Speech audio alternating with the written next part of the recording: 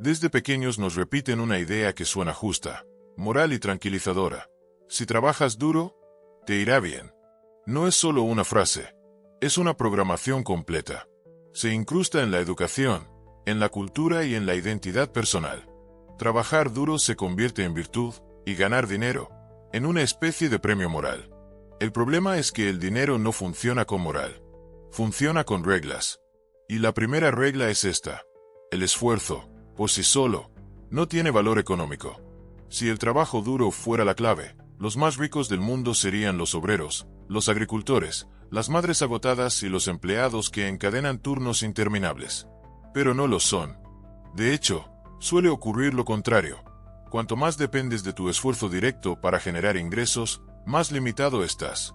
No porque te falte disciplina, sino porque estás jugando un juego con techo bajo. El sistema no paga sacrificio, paga impacto. No recompensa sudor, recompensa resultados que puedan escalar. Aquí aparece la primera gran fractura mental entre pobres y ricos. La mayoría intercambia tiempo por dinero. Los ricos intercambian decisiones por dinero. Uno vende horas, el otro mueve piezas. El primero necesita estar presente para ganar. El segundo gana incluso cuando no está. Y esa diferencia no nace del azar, sino del entendimiento del juego. El trabajo duro es una herramienta, pero cuando se convierte en el centro de tu estrategia financiera, se transforma en una trampa. El sistema necesita que creas en el trabajo duro como vía principal al dinero, porque así acepta jornadas largas, salarios fijos y promesas futuras que rara vez se cumplen. Si crees que el problema es que no trabajas lo suficiente, nunca cuestionas la estructura. Nunca miras quién decide, quién posee, quién controla el flujo. Te mantienes ocupado, cansado y agradecido. Exactamente donde el sistema te quiere. El dinero no fluye hacia quien más se esfuerza, sino hacia quien ocupa la mejor posición. Y la posición no se gana trabajando más, sino entendiendo mejor. Hay personas que con una sola decisión bien colocada ganan más que otras en toda una vida de esfuerzo. No porque sean más inteligentes en términos académicos, sino porque piensan en términos de palancas. Una palanca multiplica la fuerza. Sin palanca, todo es empujar con el cuerpo. Aquí entra un concepto incómodo. Muchas personas no son pobres por falta de esfuerzo, sino por lealtad a una idea falsa. La idea de que el sacrificio será visto, reconocido y recompensado. Esa esperanza mantiene a millones atrapados en un bucle de agotamiento. Trabajan más, pero no avanzan. Y como trabajan más, no tienen tiempo ni energía para cuestionar el juego. Este no es un ataque al trabajo. Es un ataque a la creencia de que trabajar duro es suficiente. El trabajo es necesario, pero no es el factor decisivo. Sin dirección, el trabajo solo acelera el desgaste. Sin estrategia, el esfuerzo solo profundiza el cansancio. El dinero no pregunta cuánto te sacrificaste, pregunta qué problema resolviste, a cuántas personas afectaste y desde qué lugar lo hiciste. La gran mentira no es solo que el trabajo duro te hará rico. La gran mentira es que si no eres rico, es porque no te has esforzado lo suficiente. Esa culpa interioriza el fracaso y protege al sistema. Te hace mirar hacia adentro cuando deberías mirar el tablero completo. Este primer paso no busca darte esperanza, sino claridad. Mientras sigas creyendo que el camino al dinero pasa únicamente por trabajar más, seguirás atrapado en el nivel más bajo del juego. Para avanzar, primero hay que desactivar la mentira. El dinero no se gana con sufrimiento. Se gana con comprensión. Y esa comprensión empieza cuando dejas de glorificar el esfuerzo y empiezas a analizar las reglas. Una vez que se rompe la mentira del trabajo duro, aparece un vacío incómodo. Si el esfuerzo no es la clave, entonces, ¿qué lo es? Aquí es donde la mayoría se pierde, porque intenta llenar ese vacío con frases motivacionales, pensamiento positivo o visualizaciones sin estructura.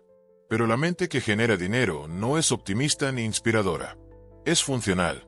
La mente rica no se define por cómo se siente, sino por cómo decide. Para entender el dinero, hay que dejar de tratar la mente como un lugar emocional y empezar a verla como un activo financiero. Un activo no sirve para consolarte, sirve para producir. Los ricos no piensan para sentirse bien, piensan para obtener ventaja. Analizan, calculan, descartan rápido y avanzan sin apego emocional a sus ideas. No se enamoran del esfuerzo, se enamoran del resultado. La diferencia fundamental está en el tipo de preguntas que se hacen. La mayoría se pregunta, ¿cuánto cuesta? ¿Y si fallo? ¿Y si no funciona? La mente orientada al dinero se pregunta, ¿qué retorno tiene? ¿Qué pasa si funciona? ¿Qué pierdo si no lo intento? No es valentía, es cálculo. El miedo no desaparece, simplemente deja de mandar. Aquí surge otro quiebre importante. La mente pobre busca seguridad, la mente rica busca control. La seguridad es estática, depende de factores externos y se rompe fácilmente. El control es dinámico, se construye entendiendo cómo funcionan las cosas. Por eso muchos prefieren un salario fijo antes que un ingreso variable. No porque sea mejor, sino porque parece más seguro. Aunque, en realidad, es más frágil. La mente como activo financiero también implica algo incómodo. Aceptar que no todas las decisiones deben ser justas, correctas o bien vistas. El dinero no responde a la ética personal, responde a la lógica del intercambio. Quien insiste en que el mundo debería pagarle más por su esfuerzo suele quedarse esperando. Quien entiende cómo se crea valor percibido, actúa. Los ricos entrenan su mente para detectar patrones. Observan que se paga bien, que se ignora, que se repite. No se preguntan si algo es aburrido o difícil, se preguntan si es escalable. Por eso muchas personas altamente capacitadas ganan poco, mientras otras, con menos habilidades técnicas, generan fortunas. No es injusticia, es enfoque. Unos perfeccionan habilidades, otros perfeccionan decisiones. Además, la mente rica no opera en el corto plazo emocional. Opera en el largo plazo estratégico. Puede soportar incomodidad presente si entiende la ganancia futura. La mayoría no fracasa por falta de talento, sino por impaciencia. Quieren resultados inmediatos para validar su identidad. Los ricos están dispuestos a parecer equivocados durante mucho tiempo si el cálculo lo justifica. Otro rasgo clave es la relación con el error. Para la mente común, equivocarse confirma incapacidad. Para la mente orientada al dinero, el error es información. No hay drama, hay ajuste. Cada fallo afina el modelo mental. Por eso avanzan más rápido, no se detienen a proteger su ego. Este cambio mental no es automático ni cómodo. Implica dejar de pensar como alguien que obedece reglas y empezar a pensar como alguien que las observa desde fuera. Implica entender que la mente es el primer lugar donde se genera riqueza o pobreza. Antes de que falte dinero en la cuenta, sobra confusión en la cabeza.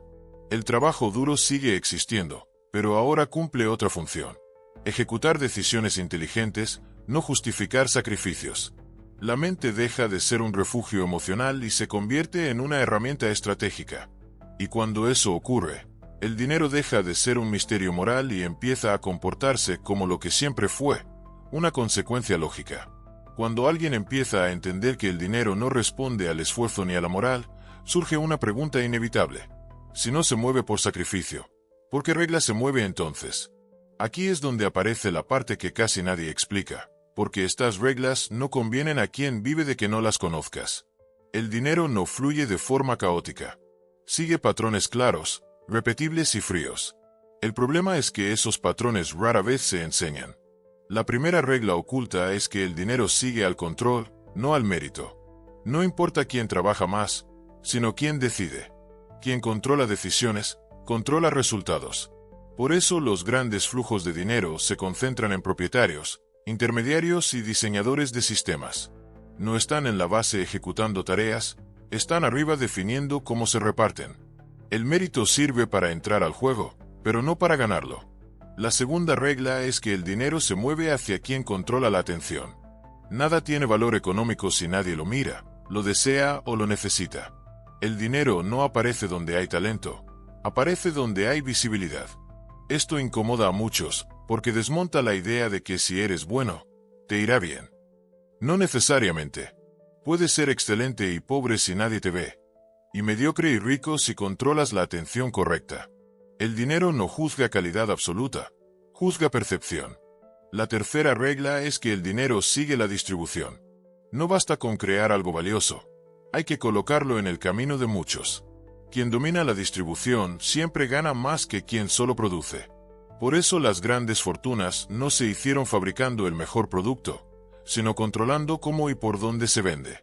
El dinero no se enamora del creador, se enamora del canal. Aquí aparece otra verdad incómoda: el dinero odia la dependencia. Fluye hacia quien reduce su dependencia de una sola fuente. La mayoría vive atada a un único ingreso, una única empresa, una única decisión ajena. Eso no es estabilidad, es vulnerabilidad. El dinero, en cambio, se acumula donde hay opciones, donde una puerta se cierra y otra se abre. Quien solo tiene una salida está en desventaja permanente. Otra regla clave es que el dinero responde al riesgo, pero solo cuando el riesgo está calculado.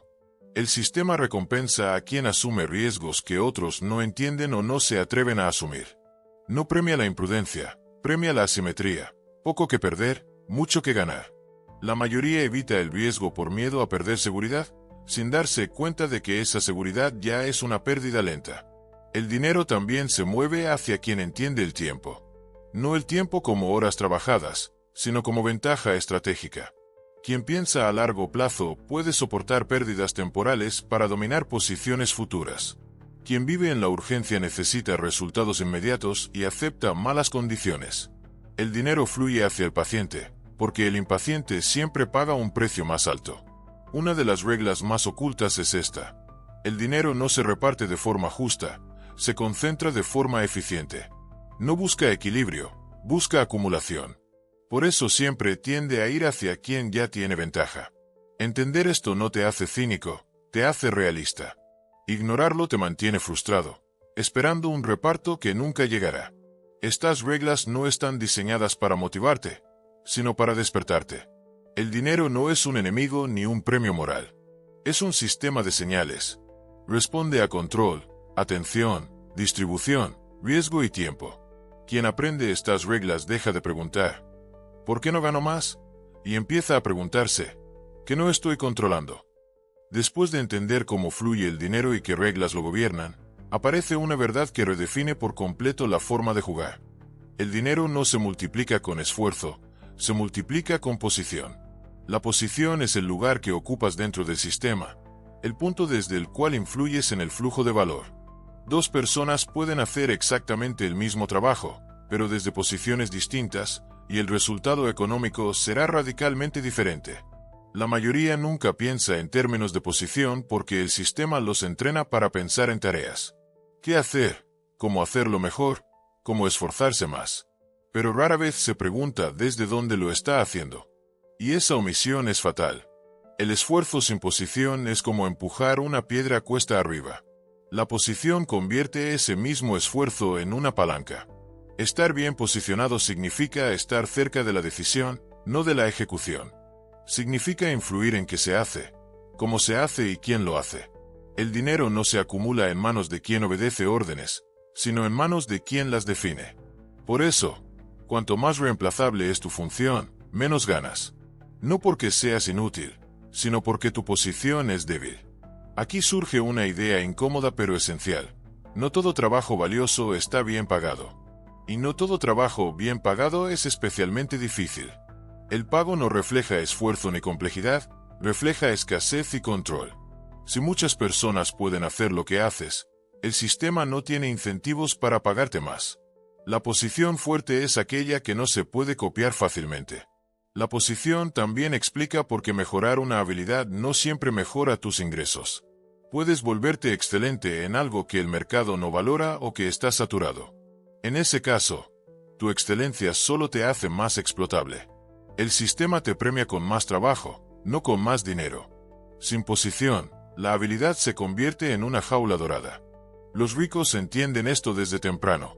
Por eso no obsesionan con ser los mejores ejecutores, sino con colocarse en puntos estratégicos. Intermediarios, dueños de plataformas, controladores de acceso, diseñadores de sistemas. Su trabajo principal no es producir, es decidir. Y cada decisión bien ubicada tiene efectos multiplicadores. Otro aspecto clave de la posición es el control del tiempo. Quien controla su tiempo controla su valor. Cuando vendes tu tiempo, tu ingreso tiene un límite natural. Cuando compras el tiempo de otros o creas sistemas que funcionan sin tu presencia constante, Rompes ese límite. El dinero escala cuando el tiempo deja de ser el cuello de botella. La posición también protege. En tiempos difíciles, los ejecutores son prescindibles. Las posiciones estratégicas sobreviven.